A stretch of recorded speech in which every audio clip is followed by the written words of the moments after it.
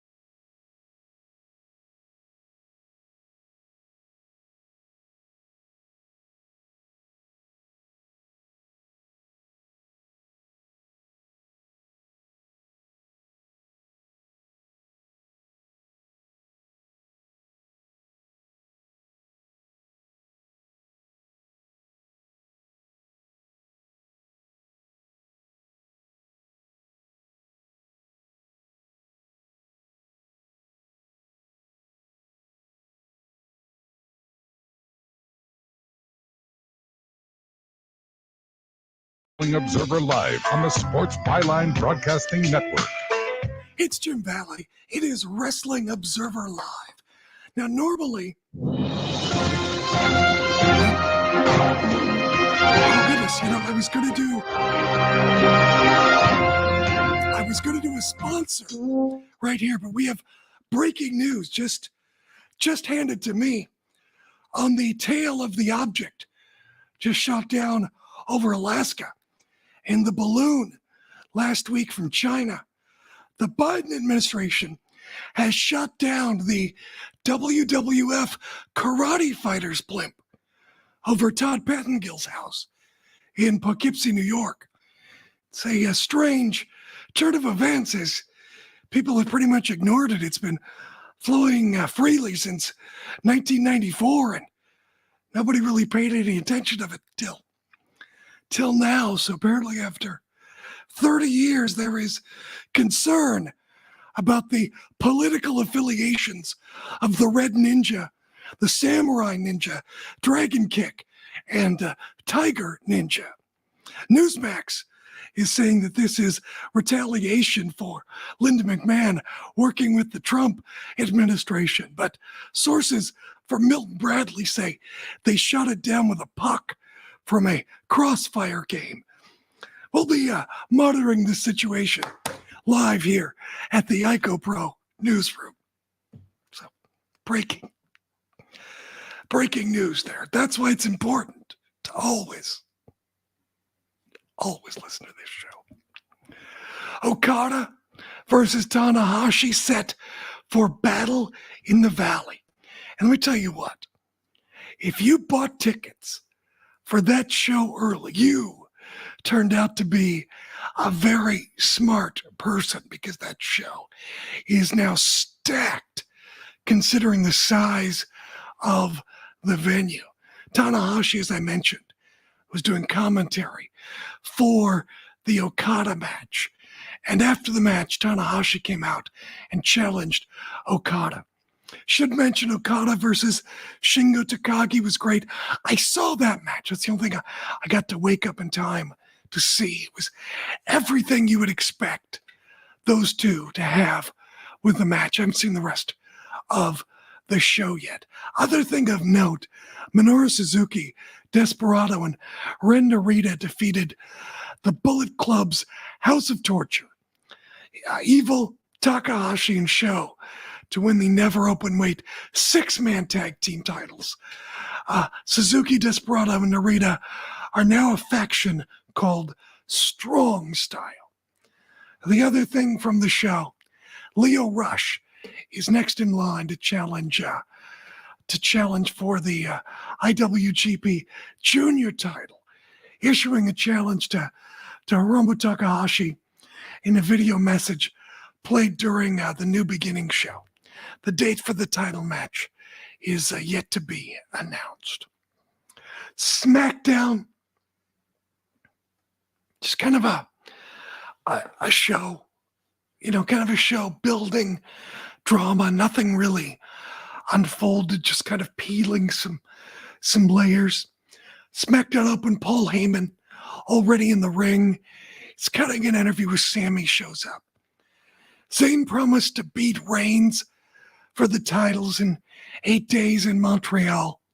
Fans broke into a Sammy chant, and as they were talking, Sammy pulled Heyman in for a hug and told him to tell Reigns not to worry about Cody, that Sammy's going to beat Reigns for the titles at Elimination Chamber.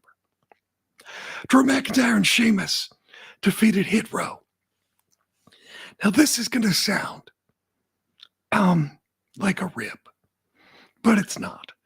I thought Hit Row looked very good selling for Sheamus and Drew McIntyre. Ashanti ragdolled for Drew. Top Dollar had great facial expressions as Sheamus pounded his chest. Top Dollar knows that the crowd doesn't like him, and he really plays to it. Lacey Evans defeated Carmen Harris, some ginger lady. It might have been Lenny Lane. Was it? Was it? No, it was not Lenny Lane from WCW. I thought. No, it was not. It was a lovely woman who did her job very well. But SmackDown champions, the Usos, defeated Ricochet and Braun to retain the titles. A great finish. But first, there was tension. There was confusion. Before the match, Jimmy was calling on his cell phone, couldn't reach Jay. Jay did the Seth Rollins entrance through the crowd right as the match was starting. He did show up. A great finish. Ricochet had Jimmy on the top rope. Jay did the blind tag. Ricochet then hit the shooting star press with such force that he bounced off of Jimmy. Jay hit a frog splash with perfect timing. Scored the pin. A+ finish. Back from the break, Usos walking backstage. Jay said he always had Jimmy's back, and Jimmy wants to know, is Jay still in the bloodline?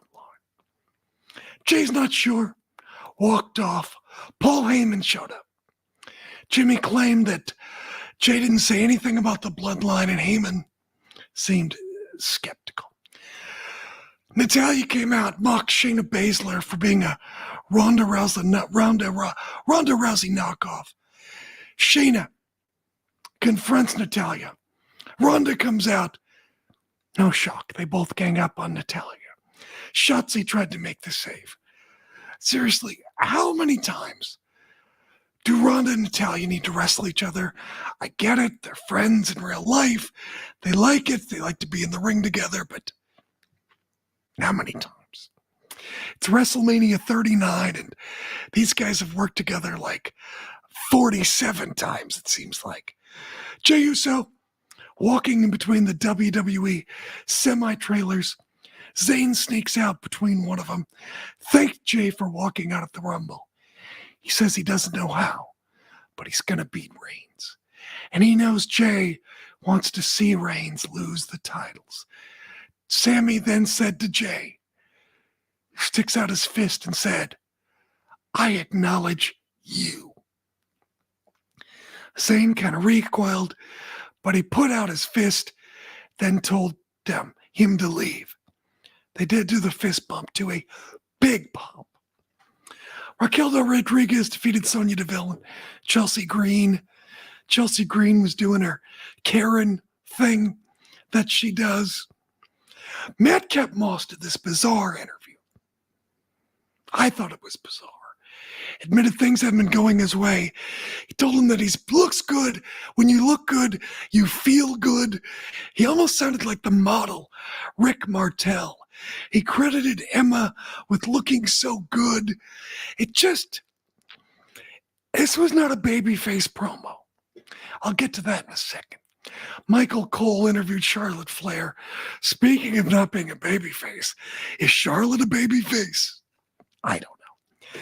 Flair promised to put Ripley in her place at WrestleMania. Fatal 4-way. Madcap Moss defeated Karrion Kross, Rey Mysterio, and Santos Escobar. Madcap Moss pinned Rey with a flying elbow. Why do you pin Rey Mysterio if you're a good guy? I think Madcap Moss is going heel. I think Madcap Moss loses next week to Gunther. It leads to some sort of epitome, and it leads on the road to a heel turn. In the locker room, Paul Heyman approached Jimmy Uso, said he just got off the phone with Roman Reigns, said, don't show up to Elimination Chamber. Watch on TV. So that gets them out of going to Montreal, obviously, since Jimmy can't get into the country. Jimmy was skeptical, and that's how SmackDown ended. Hey, coming up next, I Have a Dream. Stand by. Wrestling Observer Live. This ain't no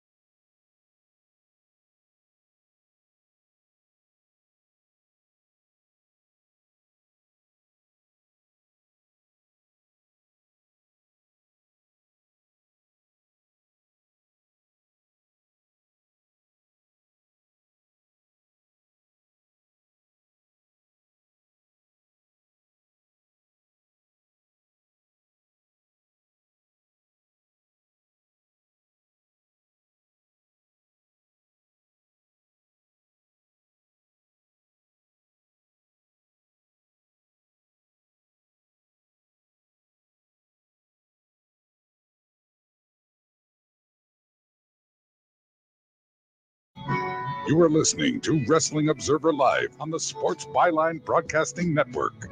Let's go to Ryan right down the line. Ryan, 1-800-878-PLAY. What's on your mind, man?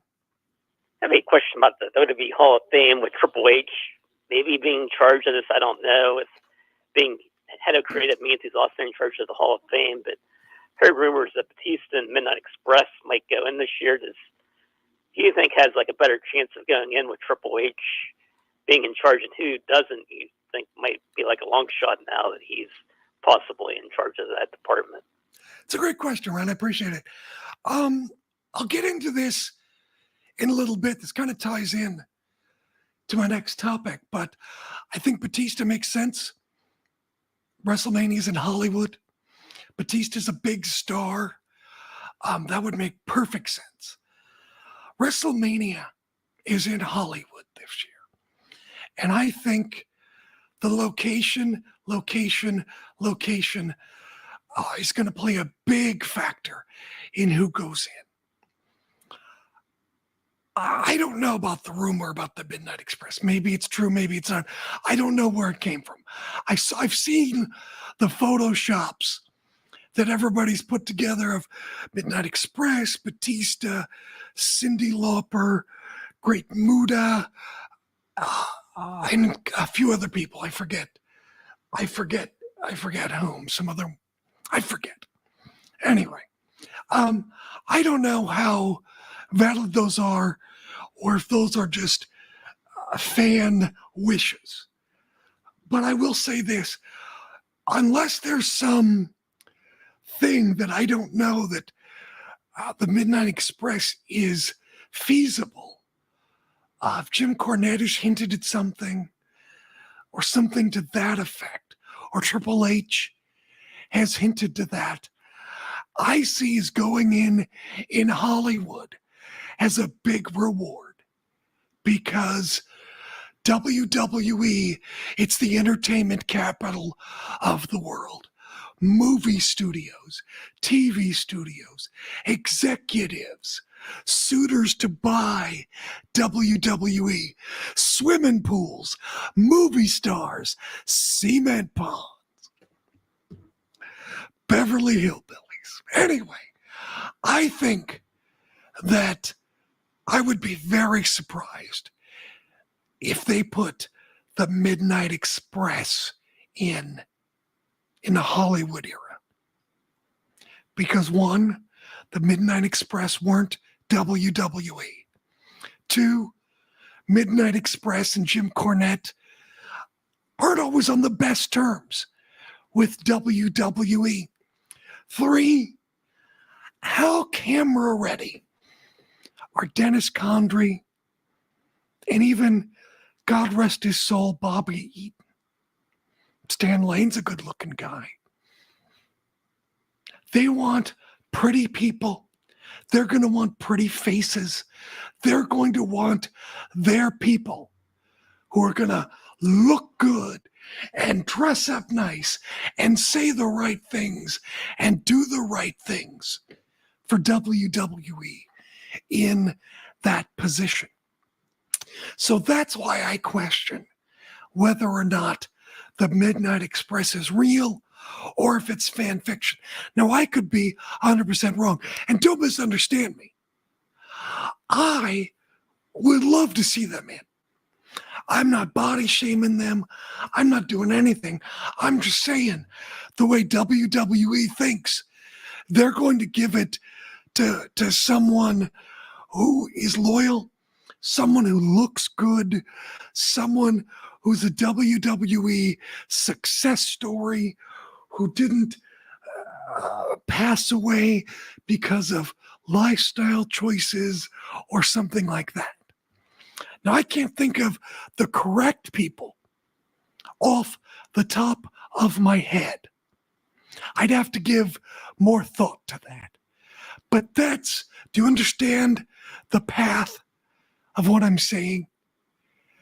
That's why I sincerely question the people that are being pitched right now. I don't think they're real. Maybe I'm wrong, and if I'm wrong, I'm wrong. And I'm fine with being wrong. I think it's a damn fine class. But to me, it doesn't fit the WWE criteria, particularly in a year when it's Hollywood. In Hollywood, I think it's different than if they were just in Dallas or if they were in Orlando or Detroit or virtually any other year when WWE isn't going to be for sale. And that's another thing. This is probably going to be the last McMahon Hall of Fame. McMahon is not going to put in a tag team that he didn't create with a guy who he sort of has an off and on relationship with. Capiche? At least that's my opinion. I think they're going to put in people who are more attractive, more have a different success story, aka still breathing. That's who they're going to find. Those are the people I think more than any other year are going to check those boxes this year.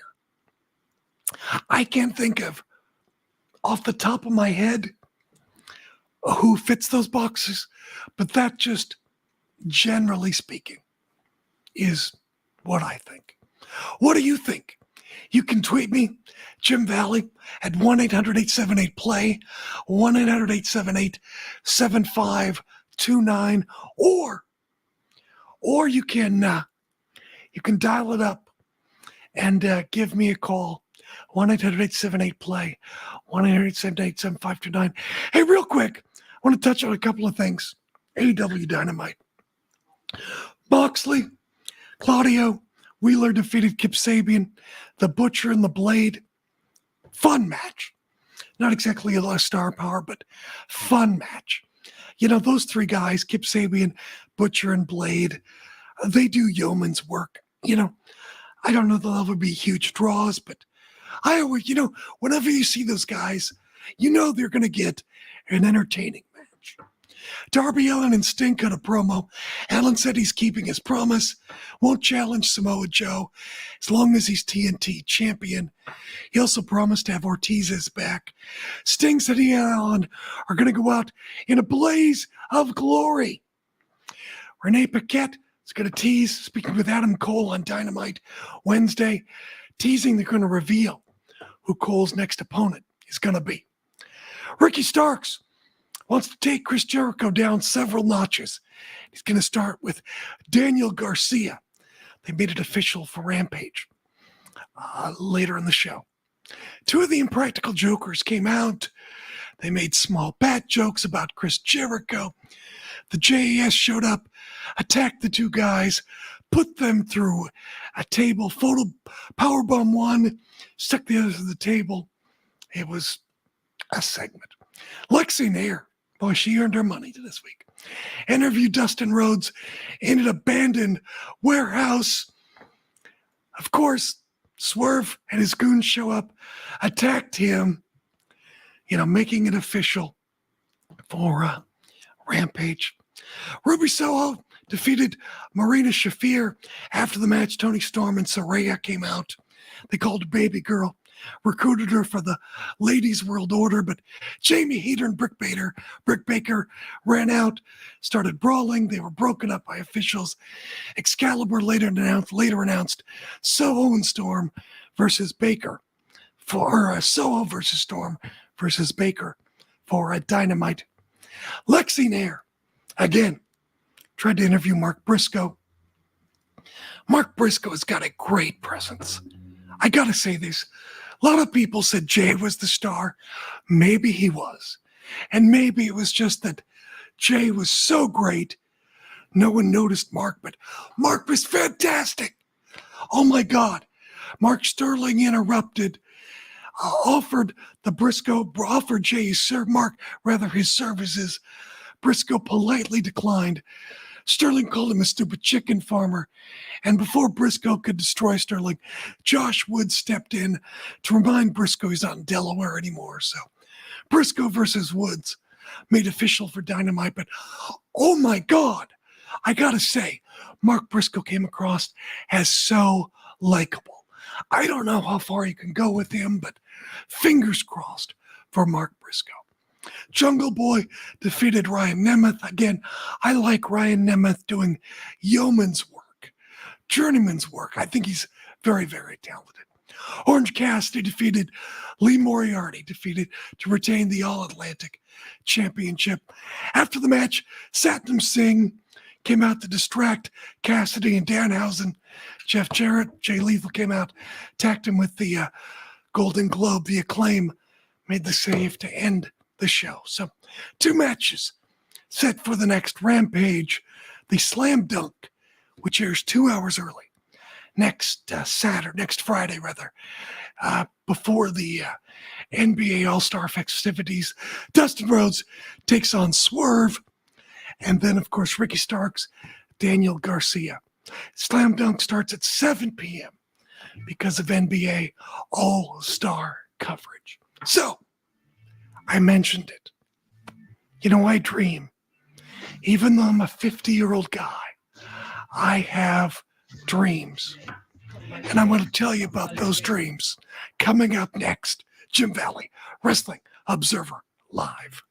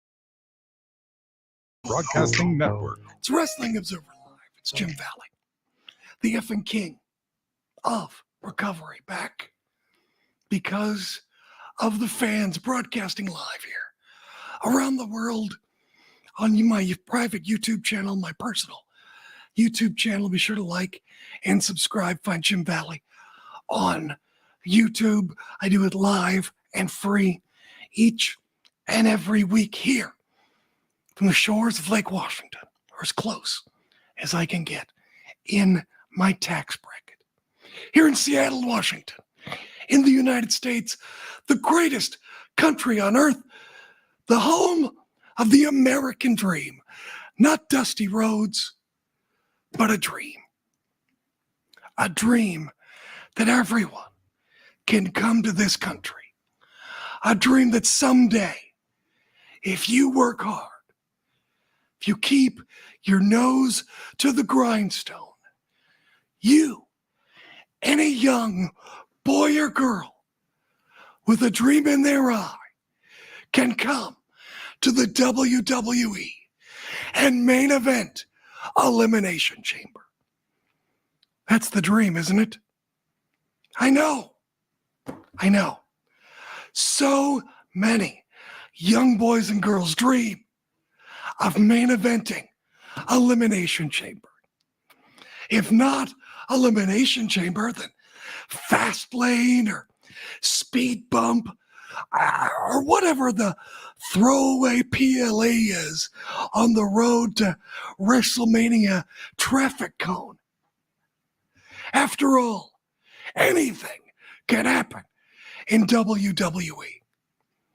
Do you remember this? Let me take you back. Monday Night Raw, December 17th, 2018. We haven't been doing a very good job for you lately.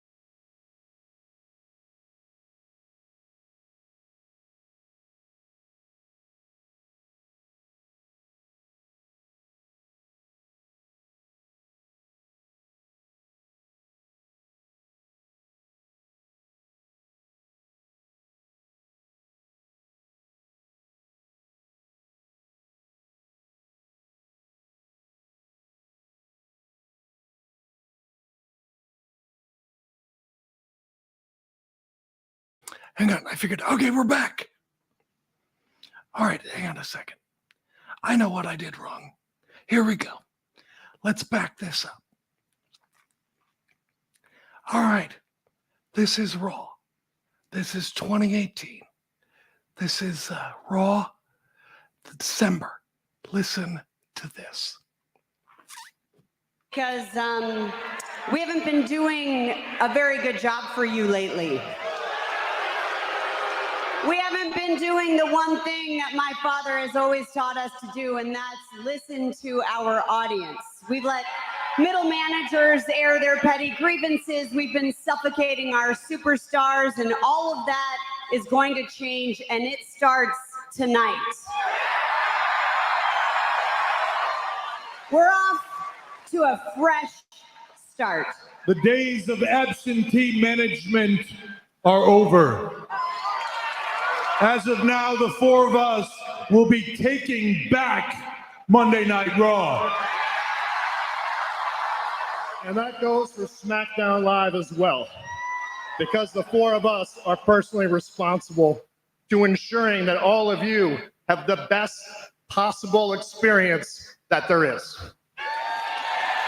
We're going to empower our superstars and empower all of you. And more importantly, we're going to give you what you want.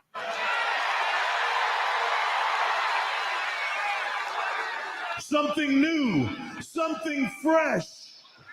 In the coming weeks and months, you will be seeing new faces, new superstars, new matchups. As of now, you are the authority.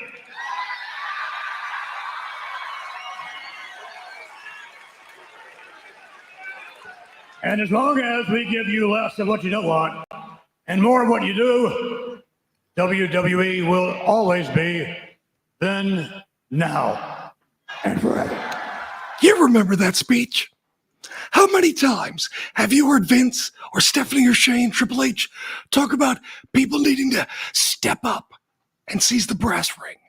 Seize the moment. Isn't that the theme? Wasn't that the theme of the ruthless aggression era? For superstars to be ruthless and become the next WWE megastar? For years, WWF didn't have guaranteed contracts. Vince said it offered opportunity. People like Steve Austin and Mankind put butts in seats thanks to WWE opportunity. And again, let me say, I am very happy for Cody Rhodes. Works very hard, takes risks. Yeah, he's had a few bumps, but by and large, his batting average is tremendous. His wrestling IQ is off the charts. And if WrestleMania 39 ends with Cody vanquishing Roman Reigns, I'll be very happy for Cody Rhodes. Cody is a big star. He deserves a WrestleMania moment. I personally think, though, there's enough history for a longer chase for the title. He's a big star and deserves his own story. A chase for family supremacy between the Rhodes family and the Fatu Anoa'i dynasty, culminating in Cody winning at WrestleMania 40. But I won't be unhappy when Cody wins the WWE title. He's taken a roundabout path, but he has earned it. I want to make that clear. And I can see management's point of view. Cody is handsome. He is tall.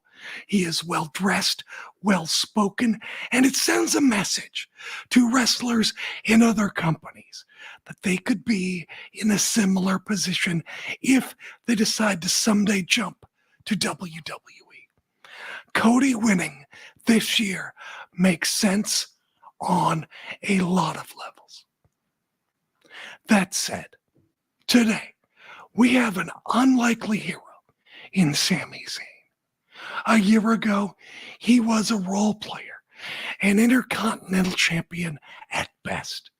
He did yeoman's work in his match against Johnny Knoxville and the Jackass crew at WrestleMania. That match should have gone off the rails. Not since Bam Bam Bigelow and Lawrence Taylor have we seen a wrestler walk a rookie celebrity through a match at that level. Not just one guy, but a whole cast of characters.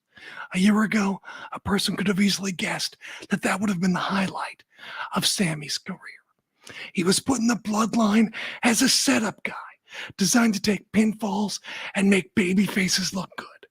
But Sami, through his intelligence, timing, ability, experience, found a way to shine through, draw ratings, sell merch. His catchphrases are popular, and he elicited emotions from the WWE universes. By the very words you heard Vince, Stephanie, and Triple H and Shane just say, Sami Zayn should be in the main event at WrestleMania. Certainly the guy existed before WWE, but Sami Zayn is a WWE product. They took off his mask. They put him in NXT. He succeeded in NXT. And before this past year, he's been very good to great, no matter where he was on the card. From kicking, smiling, happy-go-lucky, dancing babyface, who can fight when provoked, to a paranoid, schizophrenic, Che Guevara dress-alike, intercontinental conspiracy theorist champion. You can always rely on Sammy to bloom where you put him. So you think, given his history, WWE would reward him. And honestly, I think that if WrestleMania wasn't in Hollywood, Sammy might have had a shot at the main event. If it was Detroit, Orlando, maybe. But in the entertainment capital of the world, WWE wants his best looking option. And that's Cody Rhodes. Now look, there also could be things at work that we don't know about. Sami Zayn is Muslim with Syrian roots. Not exactly a big proponent of Saudi Arabia. He's never gone. He never will go. If Saudi Arabia, through its sports thing, buys WWE, what does that mean for Sammy? What does that mean for Sammy as WWE champion? What does that mean for Sammy on the roster? So there could be forces at work that I am not aware of. However, the message still isn't grab the brass ring. The message isn't pull yourself up and make things happen. The message is, if you aren't pretty enough, if you aren't big enough, if you aren't new enough, or more importantly, if you're not someone we like a lot, then forget about it. You don't get a brass ring, you get a traffic cone. What's that you saying? Oh, I can hear. What's that? Oh, what are those two words? Daniel Bryan. Well, we've all heard the term Daniel Bryan. What's that you say? Zack Ryder? What? You're telling me that this has happened before? Now look, I'm sure that Sammy and Cody are going to endorse each other, maybe even team together. I could even see Sammy, Cody, and Kevin Owens forming a trio.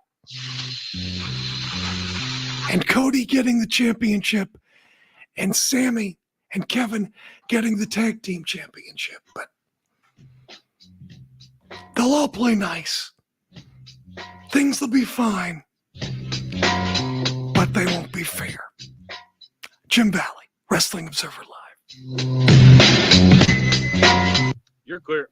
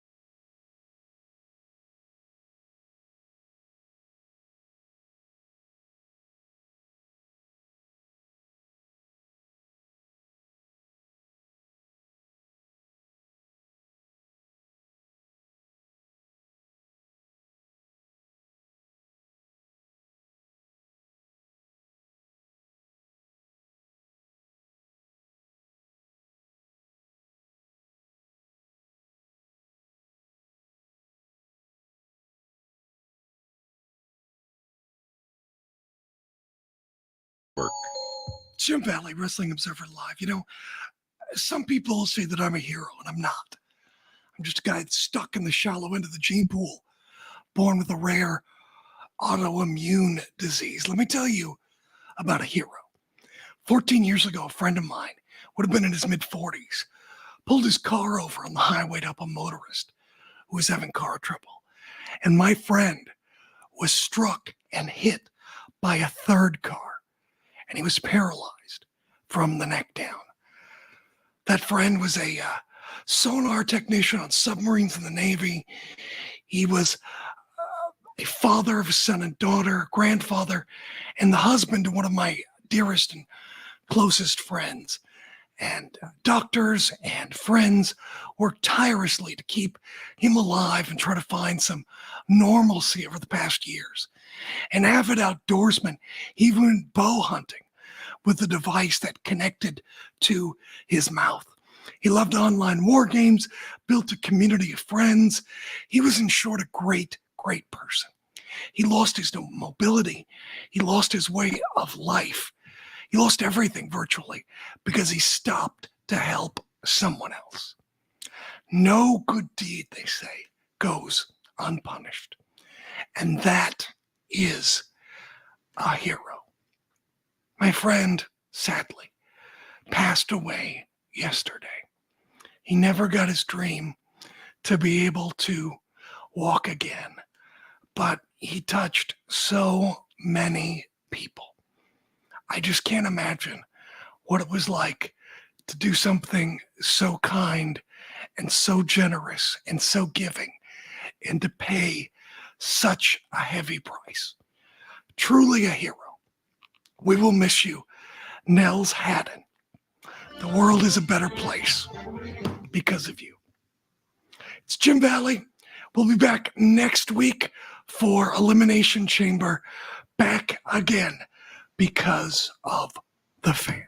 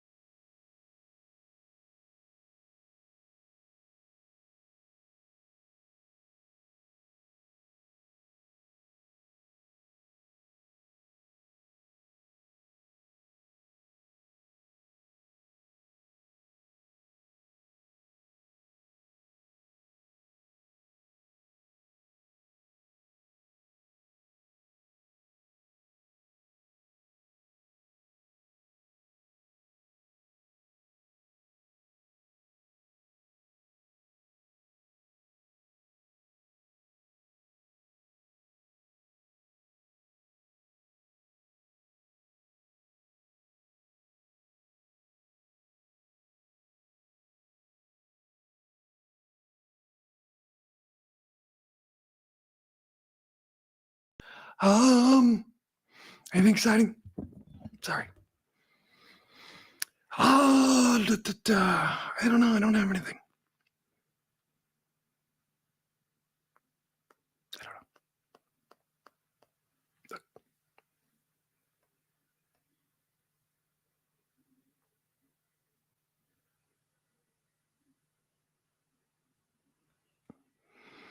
Anything exciting? I got nothing to this week. I don't know. Mark Briscoe was amazing. I thought he was hilarious. I'd be curious where Jay White goes. I have no idea about Jay White.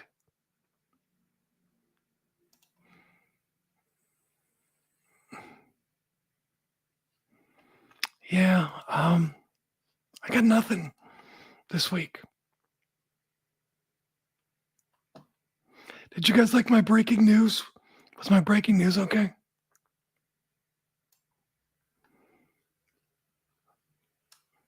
Anything? Nothing. I feel like I'm on StreamYard, and I feel like the chat is slower. Maybe I'm wrong, but it feels like it's slower. Anyway, Oh, whoops. Hang on. All right. It's an okay show. I didn't think about that. All right. All right. Alrighty. Well, I got nothing. Oh, it was just a joke. Yeah, I did a fake breaking news. It's not real breaking news. It was fake.